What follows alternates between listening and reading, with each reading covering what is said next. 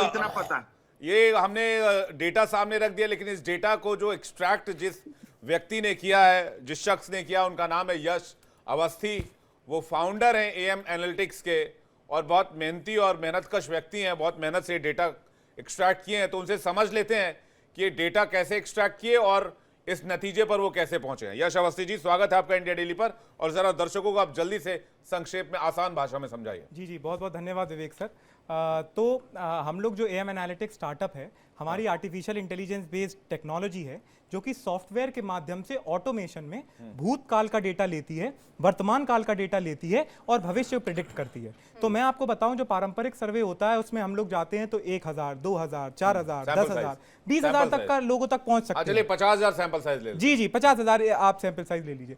लेकिन यहाँ पर 10 to the power 19 data point से भी ज्यादा का सैंपल साइज है, जिसको हिंदी में एक महाशंख से ज्यादा और अंग्रेजी भाषा में वेस्टर्न में 10 क्विंटिलियंस कहा जाता है। ये डेटा पॉइंट्स हम आपको ये भी बताना चाहते हैं कि ये जो विद्या है ये एकमात्र विद्या है जो भारत ही में है, और यह विद्या के जनक जो थे एस रामानुजन जी ने इसकी शुरुआत करी थी। कितना सटीक हो सकता है जी, तो इसकी एक्यूरेसी जो है 99.99% आई थी, और उसका कारण सटीकता का यह है कि इतनी एक्यूरेसी आपकी तभी आती है जब आप ज्यादा से ज्यादा चीजों तो फिर आपने इतना लंबा मार्जिन क्यों लिया? आपने बीजेपी से 70 से 90 20 सीटों का मार्जिन पकड़ रखा है, तो आपने जेडीयू में 10 सीटों का मार्जिन पकड़ रखा है। जी, उसका कारण यह था कि जैसे अभी अब अगर हम हॉट सीट्स के भी विषय में बात करें तो ये डेटा जो है 10 तारीख की रात्रि 10 बजे तक का है। इतना ही डेटा ग्रेस्प हुआ था। इसमें कई जगह कांटे का कंपटीशन है, और जब हम एक एक पार्टीज का निकाल रही थी हमारी टीम, तो अंतर जो है एक एक पार्टीज में 7 से 9 सीट का आ रहा था, और फिर भी 2-3 सीट्स ऐसी थी जिसमें मार्जिन 1000, 2000, 3000 था। तो इसीलिए जब एक पार्टी में 7 से 10 का मार्जिन आता है, इतना बड़ा सैंपल साइज है आपका यश जी, सवाल तो ये भी लाजमी उठेगा ना कि जब आप ग्राउंड पर गए या आपके जो कोलीग्स हैं जो गए, जिन्होंने पूछा लोगों से, जो कि ग्राउंड पर उतरे सीधे सीधे और लोगों से जाना कि उनका मूड क्या है, मिजाज क्या है। मैं विशेष बात यही है इंडिया डेली एएम एनालिटिक्स के सर्वे की कि हम ग्राउंड पे हमने एक भी व्यक्ति से नहीं पूछा क्या होता है। ये दिलचस्प चीज है। जी, तो जब हम लोग किसी चीज से कोई पूछते हैं तो कोई गारंटी नहीं है कि आपको लोग सच ही बताएंगे, लेकिन आर्टिफिशियल इंटेलिजेंस यह प्रमाण देती है कि बड़ी बड़ी ऑक्सफोर्ड और हार्वर्ड यूनिवर्सिटीज में यह बताया जाता है कि एक इंसान 3 से ज्यादा फैक्टर्स को एनालाइज कर पाता है, उससे ज्यादा ह्यूमन क्षमता नहीं होती, मानव क्षमता नहीं होती। लेकिन जब आर्टिफिशियल इंटेलिजेंस इतने डेटा पॉइंट्स को लेती है, ठीक बात है, तो वो फ्यूचर। चलिए, जो अभी कह रहे थे भाई साहब की इकबाल जी की हाथ कंगन को आरसी का और पढ़े लिखे को फारसी का, उम्मीद है आपको फारसी आती होगी, तो आपके लिए अभी 14 तारीख के हिंदी और फारसी दोनों एक हो जाएगा। आप 14 तारीख नतीजे आएंगे, उस दिन हम आपका ये डेटा भी सामने रख देंगे। मैं ये जानना चाह रहा हूँ, हॉट सीट्स में आपने कौन कौन सी सीट कैलकुलेट की, और वो जल्दी से आप दर्शकों को बता दीजिए उन सीटों पर क्या अनुमान है। जी, बिल्कुल विवेक सर, धन्यवाद। तो तारापुर की विधानसभा सीट जो मुंगेर डिस्ट्रिक्ट में आती है, मैं शीघ्र बता देता हूं, सम्राट चौधरी जी हमारी तरफ से विनर ही हैं, क्योंकि इसकी एक्यूरेसी काफी थी। जी, वो जीत रहे हैं। लखीसराय जो लखीसराय डिस्ट्रिक्ट में आती है, उसमें विजय सिन्हा जी लड़ रहे हैं, डिप्यूटी सीएम है। तो वो वहां पर बहुत कांटे की टक्कर है। 10 तारीख को रात्रि 10 बजे तक विजय कुमार सिन्हा जीत रहे थे, लेकिन अंतर 1000 से भी कम था। तो यहाँ कोई भी जीत सकता है। जी, कांग्रेस के अमरीश जी नोट कर लीजिएगा आप। हाँ, ठीक है। नेक्स्ट जी, थर्ड सीट है राघोपुर की, जो वैशाली डिस्ट्रिक्ट में आती है। यहां से तेजस्वी यादव आरजेडी से जीत रहे हैं। राघोपुर जी, राघोपुर। जो हारेंगे वो है बीजेपी के सतीश कुमार यादव, जन स्वराज के चंचल सिंह और जेजेडी जनशक्ति दल के प्रेम यादव जी। तो संक्षिप्त में बताऊंगा कैसे आ रहे हैं। अलीनगर की जो सीट है, जहां से मैथिली ठाकुर जी लड़ रही हैं, बड़ी कांटे की टक्कर रहती थी। इसमें 3-4 हजार के मार्जिन से इतिहास में जीत रहे थे, लेकिन इस बार मैथिली ठाकुर यह सीट निकालती हुई आर्टिफिशियल इंटेलिजेंस डेटा साइंस को नजर आ रही है। गया टाउन विधानसभा जो गया डिस्ट्रिक्ट में आता है, उसमें प्रेम कुमार जी जो 8 बार से जीत रहे हैं 1990 से, इस बार भी जीतेंगे। और हारने वाले जो कांग्रेस के अखौरी ओंकार नाथ जी और जेएसपी के धीरेन्द्र अग्रवाल जी रहेंगे। बेलागंज विधानसभा सीट जो गया डिस्ट्रिक्ट में है, वहां से 35 वर्ष से आरजेडी का शासन था, लेकिन जब हमने आर्टिफिशियल इंटेलिजेंस से सॉफ्टवेयर का, मैं कभी बेलागंज गया नहीं हूं, मेरा कोई टीममेट नहीं गया है, लेकिन विकास के नाम पर वहां पर ज्योग्राफिकल पोजीशनिंग भी अगर देख लें तो एक शायद सड़क भी प्रॉपर नहीं है। तब भी 35 साल शासन करने के बाद इस बार बदलाव की बयार आएगी। उपचुनाव में जो हुआ था अभी वो फिर से होगा, और आपको मनोरमा देवी जो जेडीयू से है वो जीतती हुई नजर आएंगी। आरजेडी के विश्वनाथ कुमार सिंह हारेंगे। जो पहले के जो यहाँ पे विधायक थे वो अब सांसद बन चुके थे पिछले साल, उनके जाने का भी नुकसान हुआ है, और विकास के नाम पर इस सीट पर कुछ भी नहीं है। बिहार शरीफ जो सीट है जो नालंदा की है, वहां से डॉक्टर सुनील कुमार 2000 से जीत रहे हैं। 2005 में 2 बार चुनाव हुए थे, फरवरी अक्टूबर में, फिर 2010 जीते, 15 जीते, 20 जीते, इस बार भी ये सीट निकालेंगे। तेज प्रताप यादव का नहीं बताइएगा क्या? बिल्कुल बताएंगे सर, बिल्कुल बताएंगे, हर सीट का किया है। महुआ जो सीट है वैशाली की, जो जिनको बड़े प्रोफाउंडली तेजू भैया कहा जाता है, वो एक बड़ा फैक्टर है यहाँ पर महागठबंधन को हराने के लिए। वो जेएसपी और ये एआईएमआईएम से मिलकर इतना अंतर डाल रहे हैं कि महुआ सीट पे कांटे की टक्कर है, कोई भी जीत सकता है। लेकिन 10 तारीख की रात्रि 10 बजे संजय कुमार सिंह जी, मेरी दिलचस्पी अब उन सीटों पर भी है जो जहां पर कहा जा रहा है कि फ्रेंडली मैच हो रहा है, फ्रेंडली जी, दंगल बिल्कुल, हो रहा बिल्कुल, है। बिल्कुल। उन पर क्या खेल होता हुआ नजर आ रहा है? क्योंकि बीजेपी है, प्रतिद्वंदी है, लेकिन उनके सामने खड़े हैं राजद के और साथ ही साथ कांग्रेस के, तो एक साथ कैसे चुनाव लड़ रहे हैं भैया? जी जी, इसमें एक और भी फैक्ट है। सगौली कॉन्स्टिट्यूएंसी से एक पर्चा निरस्त हो गया था, तो जिनका आरजेडी का पर्चा निरस्त हुआ तो उन्होंने कहा कि हम जो है जेजेडी के उम्मीदवार को समर्थन दे रहे हैं। ऐसी जो थी तकरीबन 11 सीट्स हैं जो मेरी टीम ने मुझे भेजी हैं, वैशाली, सिकंदरा, कहलगांव, नरकटियागंज, राजा पकड़, बछवाड़ा, बिहार शरीफ, करगहर, चैनपुर, गौरा बोरा और सुल्तानगंज। ये कुछ ऐसी सीटें हैं जहां पर सबसे ज्यादा नुकसान आरजेडी को हो रहा है। मेजॉरिटी ऑफ द सीट्स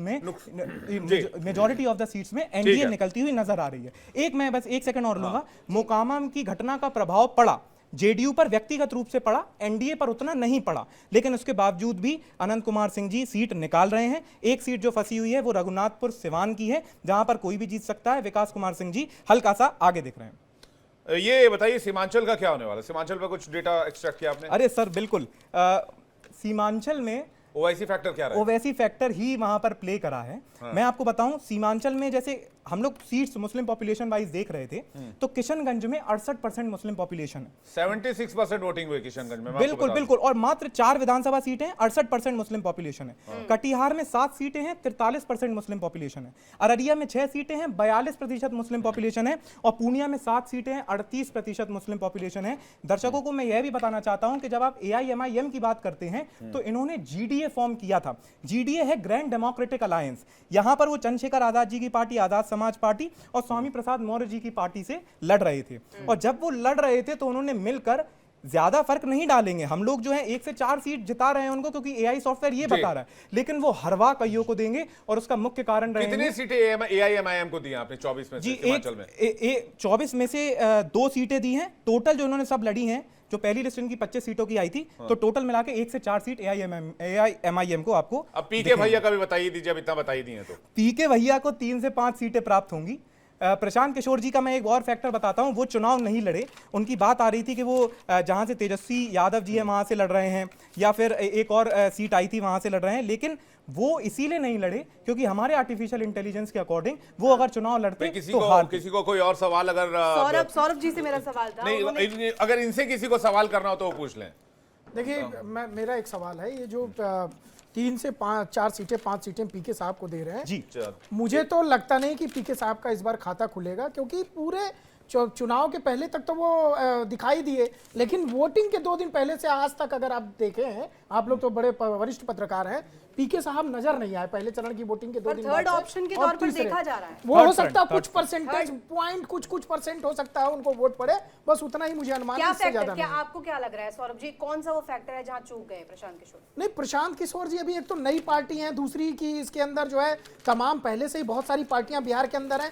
देखिए, मुख्य जो है वो तेजस्वी यादव जो आरजेडी है, उनके वोट बैंक अपना फिक्स वोटर है। उनका जो एमवाई समीकरण है, जो एम समीकरण है, उसमें असदुद्दीन ओवैसी ने सीधा सीधा प्रहार किया कि मछुआ, अगर मल्लाह के बेटे को आप उप मुख्यमंत्री का पद दे रहे हैं तो 13% मुसलमानों को प्रतिनिधित्व क्यों नहीं दिया, इसलिए वो सीधा सीधा विरोध में गया। दूसरी सबसे बड़ी बात कि जिस प्रकार से तेजस्वी यादव जी हैं, तेजस्वी यादव जी कहीं ना कहीं मुझे लग रहा है कि जो एम समीकरण अलग हुआ, वाई समीकरण में उनके भ्राताश्री है, अगर वो 2-2, 500 वोट भी काटते हैं, 43-45 सीटों पर जितने पर लड़े हैं, तो वो भी उनको कहीं ना कहीं नुकसान ही पहुंच रहा है।